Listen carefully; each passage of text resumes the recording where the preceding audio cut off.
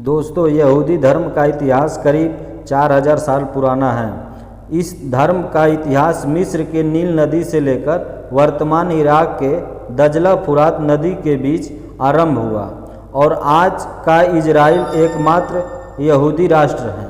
लेकिन यहूदी परंपरा के अनुसार पहले यहूदी मिस्र के फर्राओं के अंदर गुलाम होते थे। दोस्तों, बाद में मूसा के नेतृत्व में वे इजराइल आ गए। नमस्कार, प्रणाम, आप देख रहे हैं स्टोरी वॉइस और मैं हूं चंदन।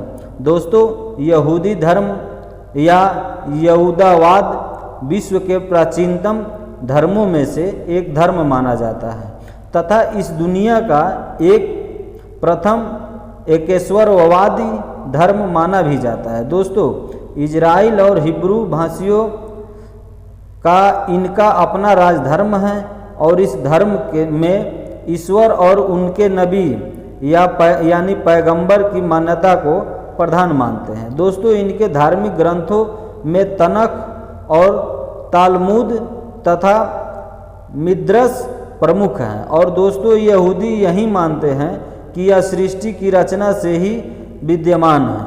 और दोस्तों, यहूदियों के धार्मिक स्थल को, मंदिर व प्रार्थना स्थल को सिनेगाग कहते हैं। दोस्तों, ईसाई धर्म व इस्लाम के आधार पर इनका यही परंपरा और विचारधारा सदियों से चली आ रही है। इसके लिए इसे इब्राहिम धर्म भी कहा जाता है। दोस्तों, इजराइल राष्ट्र अरब में स्थित एक देश है। यह दक्षिण पूर्व भूमध्य सागर के पूर्वी छोर पर स्थित है, लेकिन इसके उत्तर में लेबनान और पूरब में सीरिया और जॉर्डन तथा दक्षिण पश्चिम में मिस्र है। दोस्तों, मध्य पूर्व में स्थित यह देश विश्व राजनीति और इतिहास की दृष्टि से बहुत महत्वपूर्ण है, लेकिन इतिहास और प्राचीन ग्रंथों के अनुसार यहूदियों का मूल निवास रहे हैं। दोस्तों, इस क्षेत्र का नाम ईसाईयत, इस्लाम और यहूदी धर्मों में प्रमुखता से लिया जाता है। दोस्तों, यहूदी मध्य पूर्व और यूरोप के कई क्षेत्रों में धीरे धीरे फैल गए थे।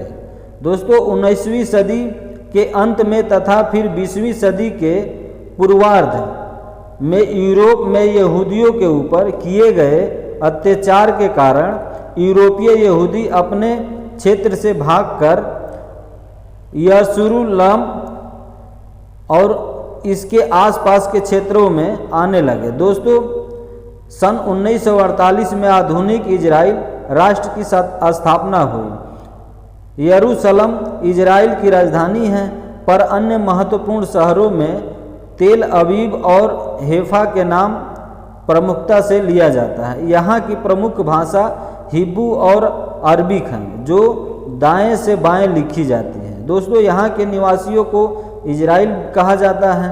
दोस्तों, इजराइल का इतिहास दक्षिणी लेवंत के क्षेत्र को कवर करता है, जिसे पवित्र भूमि भी कहा जाता है, जो आधुनिक इजराइल राज्य और फिलिस्तीन की भौगोलिक स्थिति है। दोस्तों, प्रागैतिहासिक काल से लेकर लेवंतियन गलियारे के एक भाग के रूप में, जो अफ्रीका के प्रारंभिक मानवता की लहरों का गवाह है। दोस्तों, वह नेटुफियन संस्कृत के उद्भव तक 10वीं शताब्दी ईसा पूर्व यह क्षेत्र कायस युग में प्रवेश करता है। दोस्तों, लौह युग में इजराइल और यहूदी के राज्य की स्थापना की गई थी, जो यहूदी और सामरी लोगों की उत्पत्ति के साथ साथ अब्राहमी विश्वास परंपरा का केंद्र थे। दोस्तों, यहूदियों की राजनीति स्वाधीनता का अंत उस समय हुआ जब सन 66 ईस्वी पूर्व में रोम के जनरल पाम्पे ने 3 महीने के घेरे के पश्चात जेरूशलेम के साथ साथ सारे देश पर अधिकार कर लिया। दोस्तों, इतिहास लेखकों के अनुसार हजारों यहूदी लड़ाई में मारे गए और 12,000 यहूदियों का कत्ल कर दिया गया। दोस्तों, इसके बाद सन 135 ईस्वी में रोम के सम्राट हार्दियन ने जेरूशलेम के यहूदियों से नाराज होकर एक यहूदी जो वहाँ के निवासी को खोज कर कत्ल करवा दिया। वहाँ की एक एक ईंट गिरवा दी और शहर की समस्त जमीन पर हल चलवाकर उसे बराबर करा दिया। इसके पश्चात अपने नाम एलियास हार्दियानाल पर एलिनिया कवितोलिनिया नामक नया रोमी नगर उसी जगह पर निर्माण कराया और आज्ञा दे दी कि कोई भी यहूदी इस नए नगर में कदम न रखे। दोस्तों, और नगर के मुख्य द्वार पर रोम के प्रधान चिन्ह सूअर की एक मूर्ति कायम कर दी गई। इस घटना के लगभग 200 वर्ष बाद रोम के पहले ईसाई सम्राट कोस्तांतीन के नगर का जेरूसलम नाम फिर से प्रचलित किया। दोस्तों, यहूदी जात यहूदी का मौलिक अर्थ यरूशलेम के आसपास के यहूदा नामक प्रदेश का निवासी। यह प्रदेश याकूब के पुत्र यूदा के वंश को मिला था। बाइबल में यहूदी के निम्नलिखित अर्थ मिलते हैं। याकूब का पुत्र यहूदा, उनका वंश, उनका प्रदेश कई अन्य व्यक्तियों के नाम से जाना जाता था। दोस्तों, यहूदा प्रदेश के निवासी प्राचीन इजराइल के मुख्य ऐतिहासिक प्रतिनिधि बन गए थे और इसी कारण समस्त इजराइल जाति के लिए यहूदी शब्द का प्रयोग होने लगा। दोस्तों, इस जाति का मूल पुरुष अब्राहम थे, अंततः वे इब्रानी भी कहलाते थे। याकूब का दूसरा नाम था इजराइल, इस कारण इब्रानी और यहूदी के अतिरिक्त उन्हें इजराइली भी कहा जाता था। दोस्तों, यहूदी पंथ को मानने वालों को यहूदी कहा जाता है। यहूदियों का निवास स्थान पारंपरिक रूप से पश्चिम एशिया में आज के इजराइल को माना जाता है, जिसका जन्म 1947 के बाद हुआ।